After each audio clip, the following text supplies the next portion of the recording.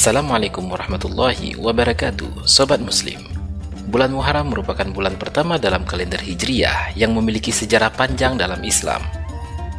Berbagai kejadian penting terjadi pada bulan Muharram di masa lalu, mulai dari awal hijrah Nabi Muhammad SAW dari Mekah ke Madinah, hingga peristiwa Karbala yang merupakan peristiwa pembunuhan cucu Rasulullah SAW, Husain bin Ali, yang menyebabkan perpecahan di tubuh Islam sendiri. Sebelum kita lanjut, yuk di-subscribe dan bunyikan loncengnya untuk mendapatkan kisah Nabi dan sejarah Islam lainnya. Dan jika video ini bermanfaat, jangan lupa like dan bagikan kepada orang lain. Kata Muharram dalam bahasa Arab berarti yang dilarang.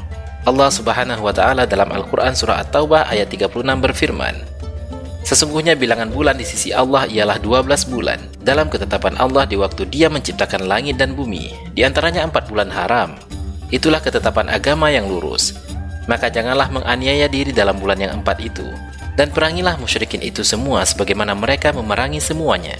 Dan ketahuilah bahwasanya Allah beserta orang-orang yang bertakwa." 4 bulan haram yang dimaksud ayat di atas adalah Muharram, Zulkaidah, Zulhijjah, dan Rajab. Dikatakan sebagai bulan haram karena pada waktu-waktu tersebut aktivitas tertentu menjadi terlarang untuk dilakukan, terutama berperang.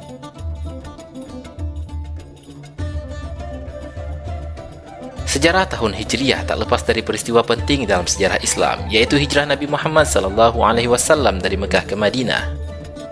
Hijrahnya Nabi Muhammad SAW dari Mekah ke Madinah merupakan peristiwa hijrah ketiga selepas hijrah ke Habasyah dan Taif.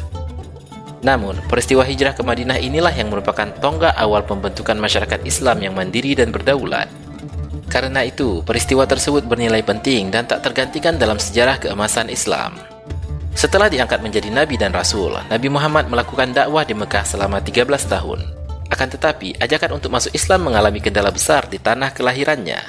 Tekanan dan ancaman terus dirasakan oleh penganut Islam di masa awal dakwah Nabi. Berkali-kali Rasulullah SAW menerima ancaman pembunuhan yang dilancarkan oleh kafir Quraisy. Hal itu terus terjadi hingga tahun ke-11 masa kenabian. Namun, setiap musim haji tiba, Nabi Muhammad SAW selalu menemui kabilah-kabilah luar Mekah yang datang ke Ka'bah untuk membacakan Al-Quran dan mengajak mereka untuk masuk Islam. Awalnya tak ada yang menyambut dakwah Nabi SAW, hingga suatu ketika di Aqabah, daerah antara Mina dan Mekah, Rasulullah SAW bertemu dengan sekelompok orang dari kabilah Khazraj. Mereka menerima dakwah Islam dengan terbuka. Mereka lah mula-mula penduduk Madinah yang membawa pulang ajaran Islam dan menyebarkannya di daerah asal mereka. Di Aqabah itulah pembaitan pertama dilakukan Rasulullah SAW, cikal bakal terbentuknya masyarakat Islam Madinah. Setahun berikutnya, 12 lelaki Ansor Madinah menemui Rasulullah SAW menyatakan tunduk ke agama Islam. Sejak saat itu, kekuatan Islam mulai terbangun di Madinah dan membuat Nabi Muhammad SAW hendak berhijrah ke sana. Nah, Sobat Muslim, niat untuk berhijrah ini muncul di bulan Muharram. Peristiwa hijrah dari Mekah ke Madinah ini merupakan kejadian mengharukan. Pada saat sebelum Nabi Muhammad SAW berhijrah, kaum Quraisy menyusun rencana untuk membunuh Nabi Muhammad SAW. Untuk memutuskan hal tersebut, dilakukanlah rapat penting di Dar al-Nadwa, tempat Qusay bin Kilab. Dalam musyawarah tersebut, para Quraisy bersepakat untuk membunuh Nabi Muhammad SAW. Namun, karena Rasulullah SAW merupakan pemuda yang lahir di kabilah Abdi Manaf, salah satu kabilah terpenting di Arab, maka dilakukanlah makar dan tipu muslihat agar kabilah itu tidak dapat menuntut balik jika Nabi Muhammad SAW berhasil dibunuh. Rencana tersebut dilakukan dengan meminta agar semua suku Arab mengirimkan satu utusan untuk membunuh Nabi Muhammad SAW. Kejadian tersebut digambarkan dalam Al-Quran Surah Al-Anfal ayat 30. Dan ingatlah, ketika orang-orang kafir Quraisy memikirkan daya upaya terhadapmu untuk menangkap dan memenjarakanmu, atau membunuhmu atau mengusirmu, mereka memikirkan tipu daya dan Allah menggagalkan tipu daya itu. Dan Allah sebaik-baik pembalas tipu daya. Pada malam keberangkatan Nabi Muhammad SAW dari Mekah ke Madinah, rumah Rasulullah dijaga ketat oleh utusan pemuda dari kabilah-kabilah Arab agar beliau tidak bisa lolos.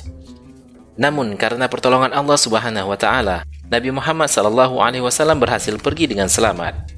Di depan tempat Nabi Muhammad SAW tidur, Ali bin Abi Thalib berkorban dengan berbaring mengenakan selimut beliau. Alhasil di pagi harinya, ketika orang-orang yang ditugaskan untuk membunuh Nabi Muhammad SAW meringkusnya, sosok yang mereka inginkan sudah tiada lagi. Nabi Muhammad SAW sudah pergi berhijrah bersama sahabat Abu Bakar As-Siddiq menuju gua di Bukit Sur pada 2 Rabiul Awal atau 20 Juli 622 Masehi. Setelah 3 hari bersembunyi di Gua Sur, lalu mereka pun melanjutkan perjalanan menuju Madinah. Momen hijrah dari Mekah ke Madinah itu dianggap sebagai tonggak penting dalam sejarah Islam. Itulah mengapa penanggalan Qamariyah yang digunakan umat Islam dijuluki dengan kalender Hijriah. Disebutkan demikian karena penanggalan tersebut berpatokan pada tahun pertama hijrah dari Mekah ke Madinah. Namun pada dasarnya kalender Hijriah ini baru digunakan secara massal dan ditetapkan sebagai kalender resmi di masa Khalifah Umar bin Khattab. Ide untuk merumuskan dan menetapkan kalender resmi Islam ini lahir dari usul Gubernur Abu Musa al-Ash'ari yang mengalami kesulitan dalam pengarsipan surat yang ditulis tanpa tanda tahun. Hal ini dikarenakan bangsa Arab biasanya hanya menyematkan tanggal dan bulan tanpa membubuhi tahun. Sebelum ditetapkannya tahun Hijriah, pengingat tahun disematkan pada salah satu kejadian penting di antara banyak peristiwa yang terjadi sepanjang tahun. Misalnya saja, pencatatan kelahiran Nabi Muhammad SAW diketahui jatuh pada 12 Rabiul Awal tahun Gajah. Umar bin Khattab lantas melihat urgensi untuk segera merumuskan kalender Islam. Karena itu, ia mengumpulkan orang-orang terkemuka dan pakar di masa itu untuk merumuskan penetapan kalender yang akan digunakan. Mereka yang berdiskusi di musyawarah itu adalah Umar bin Khattab, Utsman bin Affan, Sa'ad bin Abi Waqqas, Talhah bin Ubaidillah, dan Zubair bin Awam. Dari situ, diputuskanlah untuk menggunakan kalender lunar yang berpatokan pada peredaran bulan mengelilingi matahari, bukan penanggalan Syamsiah sebagaimana yang banyak digunakan saat ini. Kalender Qamariyah ini menghitung durasi 1 tahun dari 12 fase bulan ketika hilal tampak setiap bulannya. Berbeda dengan penanggalan Syamsiah yang jumlah harinya 30 atau 31 hari per bulan. Pada kalender lunar rata-rata per bulannya adalah 29 atau 30 hari. Pada saat musyawarah penetapan tahun Hijriah tersebut, yang menjadi perbedaan pendapat adalah penetapan awal tahun dalam kalender Islam.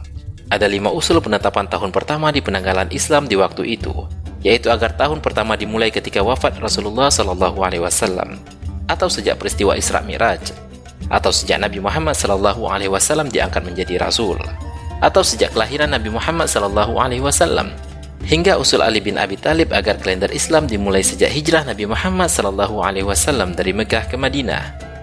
Usul Ali bin Abi Thalib kemudian diterima anggota musyawarah. Dengan penetapan tersebut, akhirnya 622 Masehi diputuskan menjadi tahun pertama pada kalender Hijriah. Maka kalender Hijriah mulai dipakai di masa Umar bin Khattab. Sejak 8 Rabiul Awal 17 Hijriah, kalender Islam ditetapkan dan digunakan secara luas di bawah panji kekhalifahan Rashidin. Karena berpatokan pada tahun hijrah Nabi Muhammad SAW, kalender itu dikenal dengan sebutan penanggalan Hijriah. Demikian Sobat Muslim, sejarah bulan Muharram dan tahun Hijriah. Jika Antum memiliki informasi lain untuk melengkapi sejarah tersebut, silakan komen di bawah. Jazakallahu khairan katsiran.